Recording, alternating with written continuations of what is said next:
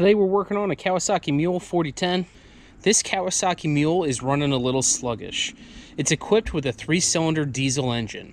And what we're going to do is change out the fuel filter today. Let's lift the bed up first so we can get to the engine compartment. So let's take a good look at this fuel filter, because we're going to have to replace this. So at the top of the fuel filter here, this is actually a pump. It's a mechanical pump that you can use to prime the system. And you're going to need to reprime the system once we remove this fuel filter. So you can see here on the fuel filter housing, you have fuel coming in, fuel coming out. And at the bottom here, it looks like we have a water separator system. So let's take a look at the new fuel filter. So in looking at the new fuel filter, we can see here that there's threads at the top and threads at the bottom. So clearly this is going to thread onto here, and the bottom one is going to thread off. So I am first going to get an oil filter wrench that'll fit around this, and I'm going to spin this fuel filter off. First, I am unthreading this fuel filter. Let's take the drain hose off. And yeah, it looks like I'm going to be able to get on this, so. And it's spinning real nicely, actually. Okay, so let's take this off and unthread this by hand.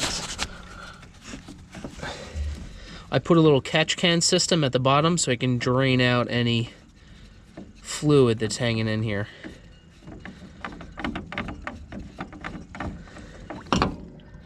Okay. So this is our fuel filter.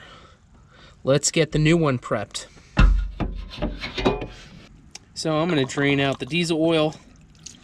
Look at all that sludge coming out of this thing. See that? It's like mud. Look at the mud. So this thing was, this thing had a lot of shit at the bottom, so good thing we're draining this out. So let's take this bottom separator off. That's on hand tight. Ooh. Yeah, this thing's in rough shape. So I'm going to go clean this separator system and then get it prepped for the new one. This thing will be happy to see a new filter on it. I cleaned this up as best I could. I used mostly carburetor cleaner for this. This gets threaded onto the bottom. No Teflon tape needed, that's why you got the O-ring. And it's plastic. Plus the gas will eat the Teflon. Okay, so that's on hand tight. Before I reinstall the filter, I'm going to fill this up with some diesel.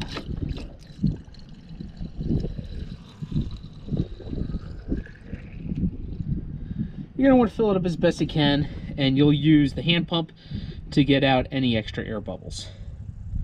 Alright, let's install this. Alright, so I'm going to snake this down here. Like I said, don't freak out if you spill any.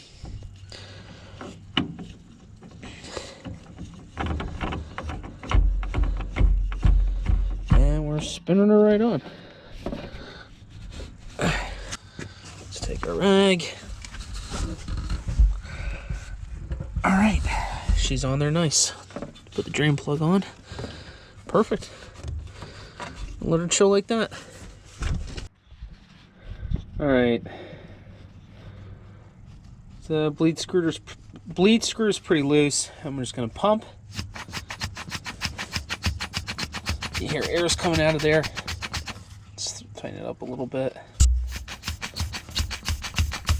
Yeah.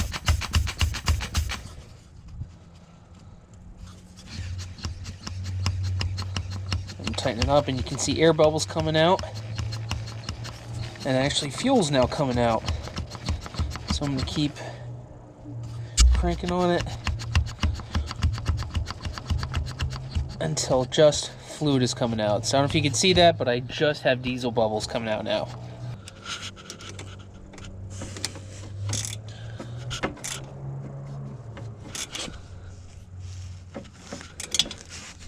Oh yeah.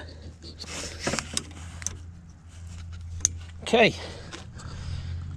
Now with that primed, let's start it up and let it run for a bit. See if she bogs down at all. So I'm going to let it run for a bit, Don't freak out if all of a sudden it sounds like she's going to misfire. You got to get the air out of the system. After changing the fuel filter, you always want to make sure you got good throttle response. Don't be scared to really hit her.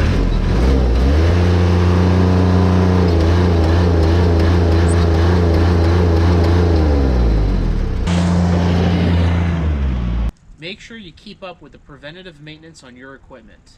In this one here, we changed a fuel filter on the Kawasaki Mule 4010. You could see how dirty this fuel filter was. And we want to keep them clean, because a clean filter will make the engine run a lot longer.